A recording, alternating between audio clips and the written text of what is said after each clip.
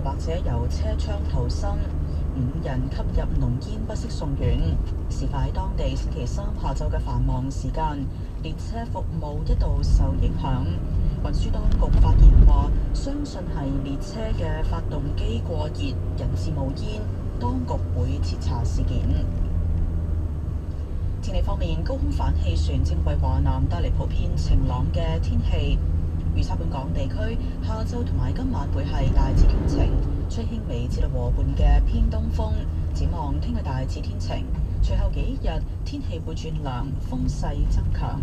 而家氣溫31度，相對濕度66%。香港電台新聞簡報完畢。經濟行情報導。恒生指數報23,088點，跌咗236點，成交金額456億3000幾萬。上證綜合指數報3112點，跌3點。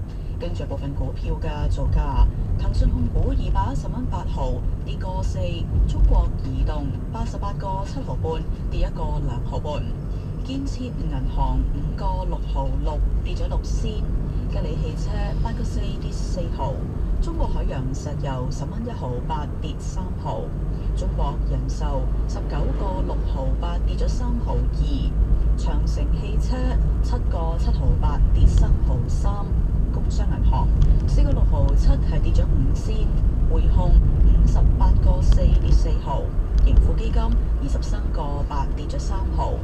部分外幣對港元嘅賣價：美元7.755，英鎊9.472，瑞士法郎7.808，澳元5.914，加元5.796，新西蘭元5.549，歐元8.4584，每百日元對港元7.413，每百港元對人民幣87.404。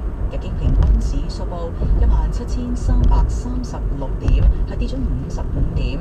港金報11,760蚊，跌20蚊。倫敦金每盎司買入1268.32美元，賣出1268.46美元。香港電台經濟行情報道完畢。交通消息直擊報導。Michael 首先講隧道情況啦。紅磡海底隧道嘅港島入口，告士打道東行過海，龍尾去到夏慤道近添美道；西行過海車龍排到景隆街，而堅拿道天橋過海，龍尾就喺橋面燈位。紅隧嘅九龍入口，公主道過海，龍尾康莊道橋面；東九龍走廊過海同埋去尖沙咀方向呢，都係非常擠塞嘅，車龍一路排到去啟德隧道，咁樣都影響到呢現時啟德隧道去尖沙咀方向要實施間歇性封閉措施。加士居道過海交通暫時正常，咁而路面方面呢，喺港島區干諾道中東行去灣仔方向，近住大會堂一段擠塞，車龍排到海港政府大樓。夏慤道喺上環方向現時交通都係比較繁忙，龍尾去到告士打道近史超域道對開。封路方面提提大家，受到緊急維修影響，土瓜灣道去紅磡方向近住碼頭角道一段嘅快線都仍然係需要封閉嘅。最後要留意安全車速位置有南豐道國際學校來回同埋薄扶林道深光學校來回。好啦，我哋下一節嘅交通消息再見。以市民心為心，以天下事為事。FM 926香港電台第一台，你嘅新聞時事知識台。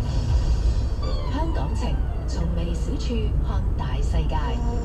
你見到蜜蜂會有咩反應？即刻用殺蟲水噴死佢啊！可能你覺得死一隻蜜蜂有咩大不了啫，但係原來全球有80%嘅農作物都係靠蜜蜂傳播花粉㗎噃。冇咗佢哋咧，人類真係咧食谷種㗎啦。下一次見到蜜蜂，記得放佢啊嘛！劉天賜從微小處看廣東廣西，香港電台第一台，你嘅新聞時事知識台。喂，行緊過嚟，得啦，唔講啦，我打緊機啊，差少少過關啊。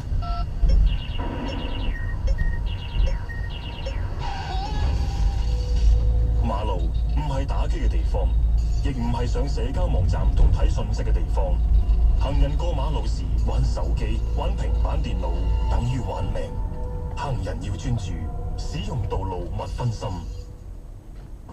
當你傷感過後，如果你嘅 appraisal stage 咧，即係檢討過程之中咧，你係正面嘅話咧，咁咧你會諗翻咧就係自己有啲咩做得不足，同埋咧我會留意多啲喺邊啲情況之下咧，我有機會俾人拒絕，有邊情況之下咧，啲人係會多啲接受我嘅。咁 negative 嗰隻咧，佢好負面嘅，即係如果佢係傷心過後，佢檢討翻自己嘅行為。最簡單一個情況，失戀過後咧，佢可能會對咗感情冇信心啦，又或者係對婚姻冇信心。祝心理星期日晚8點半，香港電台第一台。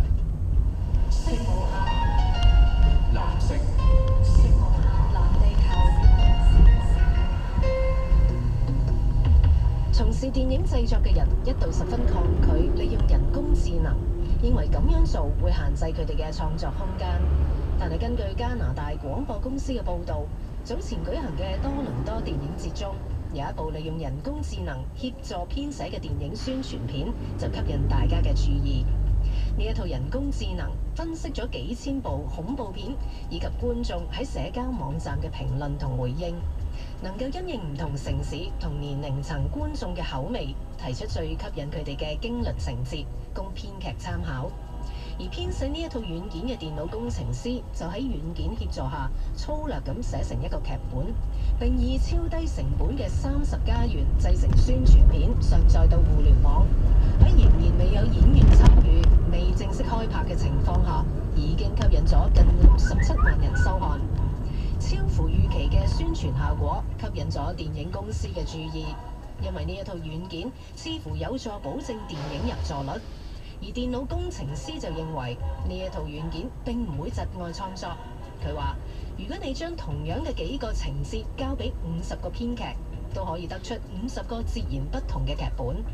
而佢亦都獲得2間製作公司嘅支持，打算明年開拍呢一套電影。不過全靠人工智能寫劇本，效果又會點呢？喺今年6月舉行嘅倫敦科幻電影節嘅短片挑戰中，就有人嘗試將咁樣嘅一套短片搬上熒幕。呢一個叫做 Benjamin 嘅人工智能軟件，必須利用大會提供嘅指定道具同埋對白創作，而得出嘅9分鐘短片到底會係乜嘢內容呢？有評論話係關於未來嘅故事，角色係3個可能住喺太空站嘅人，大概係一個愛情故事。點解講到咁唔肯定呢？因為情節實在太古怪，導演同埋演員都唔明白究竟發生緊咩事，只係依照劇本指示拍攝。但係佢哋都話，雖然完全唔知道自己喺度演乜嘢，但係過程就充滿歡樂，所以都對短片好滿意。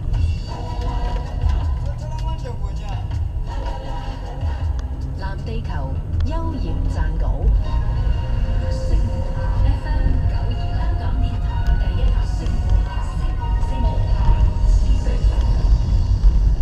個人意見節目《中國點點點》現在播出。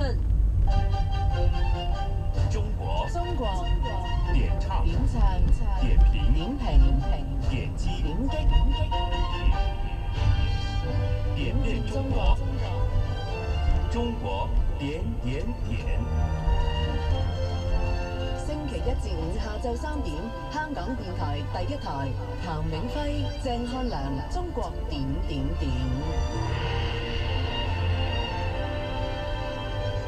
唔啱啊，Sam 哥。你好啊，輝哥。咁啊，每日有好多事情嘅發生啊，咁亦都有好多嘅信息咧，同大家講嘅。咁啊，而家嘅時間咧嚟到晏晝3點11分，咁啊有時新聞之後咧都比較一段時間先同大家正式嘅開咪啦。咁啊，今日都好多嘢交代嘅，不如先講一個咧，就係關於咧華人一個相當出色嘅體育界啦。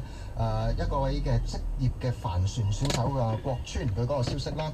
咁佢正喺咧美國嗰度咧係參加緊一個嘅一個單人駕駛帆船穿越太平洋嘅一個咁樣嘅試舉啦。咁但係咧不幸地咧就喺夏威夷附近嘅海域嗰度失聯啦，失去咗個聯絡。咁而家暫時知道咧就中國嘅駐洛杉磯總領事館咧就相當重視呢一個郭川失聯嘅事件啦。亦都係聯絡咗咧美國海岸警衛隊同埋搜救嘅機構，希望佢哋能夠咧係盡力咧係幫手咧係揾到阿郭川嘅。咁啊，郭川嗰隻船咧青島號咧山東青島人啊。咁呢一個船咧就揾到，但係又不見其人啦。咁亦都揾到一啲屬於佢嘅物件。咁而家都盡量即係希望可以揾到佢。個船就揾到啦。